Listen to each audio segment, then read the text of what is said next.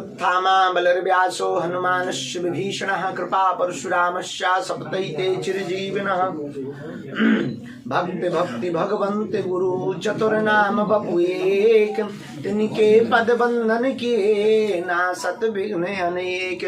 ओम बागेश्वराय नमः, ओम सन्यासी देवाय नमः, ओम दादा गुरुवे नमः। श्री बागेश्वर धाम की जय, सन्यासी बाबा की जय। आज हमको बताते हुए बहुत प्रसन्नता हो रही है और आप सबको जिस हेतु में बुलाया गया है उस हेतु का कारण सिर्फ इतना है, बहुत दिनों से आप सबके दर्शन नहीं भए थे, मुलाकात नहीं भई थी। दूसरा, पुनः आप सबको पदयात्रा को निर्विघ्न संपन्न बनाने के लिए संपूर्ण छतरपुर के हमारे print media, electronic media, YouTuber आदि आदि जिस भी कार्य से सेवा की, प्रत्यक्ष रूप से या अप्रत्यक्ष रूप से घर बैठकर हम आपको इस पदयात्रा जो अभी पूर्व में संपन्न हुई है उसे पूर्ण रूप से निर्विघ्न संपन्न कराने के लिए आपका बहुत बहुत धन्यवाद और आप सबका बहुत बहुत साधुवाद। बस इसी विषय के लिए प्रमुखता से बुलाया था। परंतु दूसरा कार्य, आज 19 जनवरी है। वर्तमान समय में संपूर्ण भारतवर्ष में विदेशी ताकतों के द्वारा प्रायोजित तरीके से धर्मांतरण को बहुत विशेष रूप से प्रोत्साहित किया जा रहा है और प्रोत्साहन दिया जा रहा है, जिसमें छत्तीसगढ़, मध्य प्रदेश और अन्य प्रदेश, केरल, तेलंगाना, मिजोरम, असम, नागालैंड, ये वो प्रदेश हैं, उड़ीसा, जहां बहुतायत मात्रा में हिंदुओं का धर्मांतरण लालच, प्रलोभन या फिर चमत्कारों की ट्रिक दिखा करके करवाया जा रहा है। अनवरत बागेश्वर धाम से सनातन धर्म की रक्षा के लिए बालाजी की प्रेरणा से हम सब और हमारे छतरपुर के पूरे लोग और भारत के हिंदुत्व के लोग लगे हुए हैं। एक समुदाय है जिसे हम प्रकृति मित्र कहते हैं। आप सबने उनको बहुत करीब से देखा भी होगा, जाना भी होगा और सब लोग जानते भी हैं। हम उस बारे में आपसे विस्तृत चर्चा करने के पूर्व कह दें कि वो समुदाय ऐसा है जिसे चुनाव की टाइम पर याद किया जाता है, इसके बाद भुला दिया जाता है। वो समुदाय ऐसा है जो शहरी शोर शराबा से बहुत दूर है और आपकी चमक धमक से बहुत दूर है, पर अपनी संस्कृति को बचाए हुए है। वो समुदाय ऐसा है, संसाधन कम है लेकिन प्रकृति के बहुत करीब है और हमें लगता है कि वो परमात्मा के भी बहुत करीब है। वो समुदाय ऐसा है कि जब भगवान राम वनवास गए तो सबसे पहले साथ अगर किसी ने दिया तो उसी समुदाय ने। लोग उनको आदिवासी कहते हैं, हमारा मानना है वो अनादिवासी है। क्यों? क्योंकि वह एक ऐसा वर्ग है कि जो जंगल में भी उत्साह पूर्वक रहते हैं, मंगल मनाते हैं। ईसाई मिशनरियों की कुछ ताकतें, कुछ धर्म विरोधी ताकतें जो वर्तमान में कई जगहों पर पकड़ी गई, उनके मिशनों की पोल खुली है। लगातार जंगलों में जाकर के, गांव-गांव में जाकर के आदिवासी परिवारजनों को प्रलोभन दिखाकर, चमत्कार दिखाकर के कन्वर्जन करवा रहे हैं, धर्मांतरण करवा रहे हैं। हमारे सनातन धर्म में हम सबको अगर हिंदू राष्ट्र बनाना है तो सबसे पहले हिंदुओं के धर्मांतरण को रोकना पड़ेगा। बालों का विज्ञान है कि आपको बालों को अगर हरा भरा रखना है तो पहले झड़ते हुए बालों को रोकना पड़ेगा। आदिवासी परिवार हमारे परिवार के अभिन्न अंग हैं। अब हमने एक नया प्रण ठाना है जिसके लिए आपको बुलाया है। वो ये बुलाया है, आज 19 जनवरी को पूरे मध्य प्रदेश के कुछ जिलों के, कुछ प्रदेश के बाहर के जिलों के, अन्य प्रदेशों के आदिवासी परिवार के लोग आज यहाँ उपस्थित हो रहे हैं। लगभग 6 बजे तक एक आयोजन होगा। उस आयोजन में आदिवासी भाइयों से 1-to-1 संवाद कुछ लोगों से होगा और उद्बोधन होंगे और 3 संकल्प दिलाए जाएंगे। पहला संकल्प ये होगा कि हम हर हाल में धर्मांतरण के खिलाफ लड़ाई लड़ेंगे।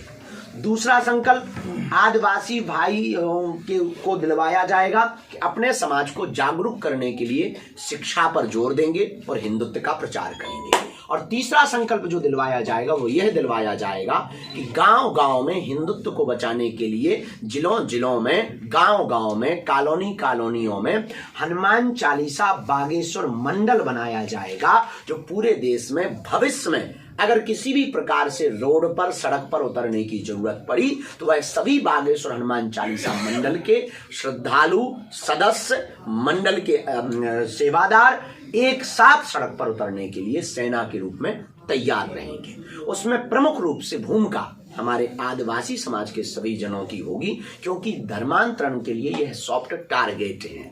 इसलिए हमने प्रयोग किया कि अब हम पूरे देश के आदिवासी परिवारों को एक करेंगे और सनातन धर्म के लिए उनके साथ संवाद करेंगे। उनको पिछड़ा व बिछड़ा घोषित नहीं होने देंगे, उन्हें समाज से दूर होने का आभास नहीं होने देंगे, उन्हें अपने आप को भारत से अलग होते हुए, अहिंदू होते हुए नहीं महसूस होने देंगे। हम हर हाल में उनके साथ संवाद भी स्थापित हो, उनके साथ प्रेम भी हो, मेल मिलाप भी हो, उन्हें बड़े छोटे का फर्क भी समझ में न आवे। और इस बार 26 फरवरी को हमने 251 बेटियों के विवाह में 108 आदिवासी बेटियों का विवाह का जो संकल्प लिया, उसका उन्हें निमंत्रण देंगे। और कोई मातृ पितृहीन बेटी है उसका रजिस्ट्रेशन आज ही करवाकर पूरे उपहार सहित पूरा खर्चा बागेश्वर धाम समिति उठाएगी। इसी के लिए आज का आयोजन है। शेष इससे संबंधित कोई आपके प्रश्न हो। जीते जी कम समय में ज्यादा काम करना चाहते हैं, तो हम भी ये चाहते हैं कि हाँ हो और नक्सलवाद खत्म हो, ताकि छत्तीसगढ़ सुरक्षित हो, संरक्षित हो। और उसके लिए हम जो कर सकेंगे हम करेंगे। सरकार अपना कार्य करेगी और सरकार के साथ तो ठीक है, हम साधु हैं, उनके विचार परिवर्तन कराने में जो भी हमारी वाणी का सदुपयोग होगा, बैठकों का सदुपयोग होगा, हनुमान जी से प्रार्थना होगी, वो हम करेंगे। हमारा ये जो धर्मांतरण वाली कहानी है, धर्मांतरण बहुत छोटी छोटी जगह पे अभी भी हो रहा है, लोकल प्रशासन से सामंजस्य बना के हो रहा है। इसके लिए कोई टीम क्या गठित की जा रही है? ये जो हनुमान चालीसा बागेश्वर मंडल है, ये पूरे देश में काम करेगा, कोने कोने में काम करेगा और यही धर्मांतरण रोकेगा। और जहां भी धर्मांतरण हो रहा, एक एक जगह जहां जहां गठित हो गया, वहां वहां की जानकारी हमारे पास तक आएगी और फिर उस क्षेत्र को हम चिन्हित करके वहां पर कथाओं का आयोजन करेंगे, ताकि व्यापक रूप से अपने सनातन धर्म का मेरा एक क्वेश्चन है जी। जो सैफ अली खान पे हमला हुआ है वो घुसपैठिया है। इंडिया हो या आप भी हो, हिंदू राष्ट्र की आप भी कल्पना करते हैं और पूरा देश कल्पना करता है, लेकिन घुसपैठियों के कारण जिस प्रकार से हमला हो रहे हैं, इस पे कहाँ तक आप देखिए, भारत में एक सबसे बड़ी चुनौती तो हो गई रोहिंग्या और अन्य देशों के शरणार्थी। शरण देना ठीक है, कानूनी वो एक अंतर्राष्ट्रीय कानून है, शरण देना उचित है, लेकिन इसके कारण भारत की ही ऑलरेडी बहुत पॉपुलेशन है, उनका अधिकार इन तक जा रहा और बहुत सी वैमनस्यता, बहुत सी विचारधाराओं का टकराव, वो विदेशी विचारधाराओं का प्रभुत्व जमाना, वो फिर अपने अधिकार के लिए उनका लड़ना, सरकार के खिलाफ और लोगों के खिलाफ, भारतीयों के खिलाफ हे दृष्टि रखना, इससे भारत में वैमनस्यता ज्यादा बढ़ेगी। सरकार से और लोगों से यही कहना है कि हमें ज्यादातर इन लोगों को शरण नहीं देनी चाहिए, इनको घर वापसी करवानी चाहिए। कन्याओं का विवाह का भी संकल्प रखा गया है, इसको लेके किस तरह से उनको जोड़ने का प्रयास किया जा रहा है? ये सनातन धर्म के लिए सबसे बड़ा विषय है, सबसे बड़ी चुनौती है हमारे आदिवासी परिवार। इसलिए चुनौती है क्योंकि वो सॉफ्ट टारगेट हैं हलीउल्लाह वालों के, और वो धर्मांतरण कराने में बहुत जल्दी से सफल हो जाते हैं। इसीलिए हमने इस बार कन्या विवाह में ये नया प्रयोग किया है कि 251 में 151 सब समाज की बेटियां, लेकिन 108 आदिवासी समाज की बेटियां। क्यों? उन्हें मौका मिलेगा, आने का मौका मिलेगा, मंच पर खड़े होने का मौका मिलेगा। यह चर्चा पूरे देश में जाएगी। जब उनकी बेटियों को साधु संत महात्मा बड़े बड़े लोग आशीर्वाद देंगे तो उन्हें भी गौरव महसूस होगा, भारतीय होने पर गर्व होगा, सनातनी होने पर गर्व होगा। ये हमारी और तुम्हारी भूल है कि हमने और आपने उनको इग्नोर किया, इसलिए वो धर्मांतरण करने पर मजबूर हो। महाराज जी, अभी कुंभ का वो चल रहा है, लेकिन कुंभ में किसी की आंखें वायरल हो रही, किसी का चेहरा वायरल हो रहा है, किसी का आईटीएन, कहीं कुंभ अपने असल मुद्दे से तो नहीं भटक रहा है? इस पर आप क्या कहना चाहेंगे? हम ये कहेंगे कि वायरल का विषय नहीं है महाकुंभ। ये जो भी चल रहा है हमें तो नहीं उचित लग रहा है, हम इसके खिलाफ हैं। महाकुंभ में वायरल का विषय नहीं है, महाकुंभ आस्था का विषय है। महाकुंभ संस्कृति का कुंभ है। महाकुंभ कल्चर को बढ़ाने का, कल्चर को समझने का, किसी को वायरल का नहीं है। हमने पूर्व में ही कहा कि रील के लिए नहीं, रियल के लिए जाना है। वहाँ अभी जो ये जो 2-3 चीजें चल रही, कहीं ना कहीं वो मेन मुद्दा से महाकुंभ भटक रहा, चाहे वो किसी बच्ची के खिलाफ की कहा जा रहा हो, चाहे वो किसी व्यक्ति के खिलाफ या उसके पक्ष में या उसके बारे में। महिमा मंडन एक दिन कर दिया, बस हो गया। मेन जो महाकुंभ पर होना चाहिए विचार विमर्श इस बात पर होना चाहिए कि सनातन कैसे बचेगा, हिंदुत्व कैसे जगेगा, हिंदू राष्ट्र कैसे बनेगा, और जो हिंदू नहीं है उनको घर वापसी कैसे कराई जाए जो धोखे से चले गए। पैदल जब आप यात्रा निकाल रहे थे बागेश्वर धाम से ओरछा धाम तक सनातन धर्म और हिंदू राष्ट्र को आगे बढ़ाने के लिए, इस दौरान नौगांव के पास आपने अलीपुरा का हरिपुरा किया था, लेकिन बागेश्वर धाम के पास जो रेलवे स्टेशन है उसको दूरियागंज से दरियागंज कर दिया गया, जो उर्दू शब्द कहा जाता है, जिससे क्या बागेश्वर धाम रेलवे स्टेशन नहीं हो सकता था? हो सकता है, उसके लिए हमारी तरफ से जो लेटर जाना चाहिए वो तो हमने दिया है। अब ये प्रशासनिक कार्य है और ये लेटर लगभग 1 साल पूर्व में ही हम दे चुके हैं, 2 बार दे चुके हैं, 2 साल हो गए और खूब उस वक्त पे हमने बात को भी पहुंचाया था। अब प्रशासन की अपनी अपनी समझ है, हमारी इतनी ज़्यादा पहुंच नहीं है। अगर आपकी पहुंच हो या आपकी मीडिया के माध्यम से हमारी बहुत बात पहुंच सके तो हम तो यही कहेंगे कि वहाँ ज़्यादातर श्रद्धालु बागेश्वर धाम के आते हैं और वो रेलवे स्टेशन जो प्ले है वो स्पेशली हमें ऐसा लगता है कि अब बागेश्वर धाम के लिए ही है। आसपास के लोगों को तो लाभ मिल ही रहा, पर 80% वहाँ पर उतरने वाले जो श्रद्धालु होते हैं वो बागेश्वर धाम के। अगर वो बागेश्वर धाम के नाम पर रेलवे स्टेशन नाम रखा जाएगा तो हमें लगता है कि इससे लोगों में सद्भाव भी बनेगा और धाम की महिमा में बहुत अद्भुतता होगी और धाम की महिमा पूरे विश्व में। आपको नहीं लगता कि कोई षड्यंत्र हो सकता है दरियागंज करने का? ये तो हमें नहीं लगा, ये हमें नहीं लगा। जहाँ तक हमारा मानना है, इस पर हमने विचार भी नहीं किया ऐसा, पर हमें ऐसा नहीं लगा। महाराज हमारा सवाल ये है कि प्रयागराज में लगभग सभी के कैंप लगे हुए हैं, क्या बागेश्वर धाम पर 25-26 3 तारीख है? क्योंकि हम तो कथा करने जा रहे हैं और हमारे पूज्य गुरुदेव का कैंप है और गुरु के कैंप में ही शिष्य का कैंप होता है। तो अभी हम गुरुदेव के चेलाएं और हमारे गुरु ने ऐसी कोई हमको आज्ञा नहीं दी है, तो गुरुदेव भगवान का कैंप लगा है, हम वहाँ कथा करने भी जा रहे हैं और संतों के दर्शन करने भी कैंप 27, 28 और 29 तारीख को अभी जनवरी में लेटे हुए हनुमान जी के सामने संगम में परमार्थ निकेतन का जो कैंप लगा हुआ है परम पूज्य श्री चिदानंद मुनि जी महाराज जी का, वहाँ पर 3 दिवसीय हनुमान कथा है। महाराज जी, थूक कांड के कुछ आरोपी हर जगह पकड़े जा रहे हैं एक विशेष समुदाय द्वारा, एक बागेश्वर धाम पे भी ऐसा एक आरोपी पकड़ा गया है, उसके लिए आगे ऐसा पुनरावृत्ति न हो उसके लिए आपके द्वारा क्या प्रयास किए जा रहे हैं? बागेश्वर धाम पे पकड़ा गया जी, अभी 6 तारीख को। अच्छा 6 तारीख को ऐसा हमारे पास अभी नहीं आ पाए जी, के बारे में हमारे पास इस विषय पे तो नहीं आ पाया धाम का। हाँ। बाकी आरोपी पकड़े जा रहे हैं और अनवरत धरपकड़ है। यहाँ धाम की एक समिति तय है, सुरक्षा समिति ग्राम पंचायत की है और ग्राम पंचायत सुरक्षा समिति है जो अनवरत इस प्रकार के कृत्यों पर लगाम लगा रही है, रोक लगा रही है।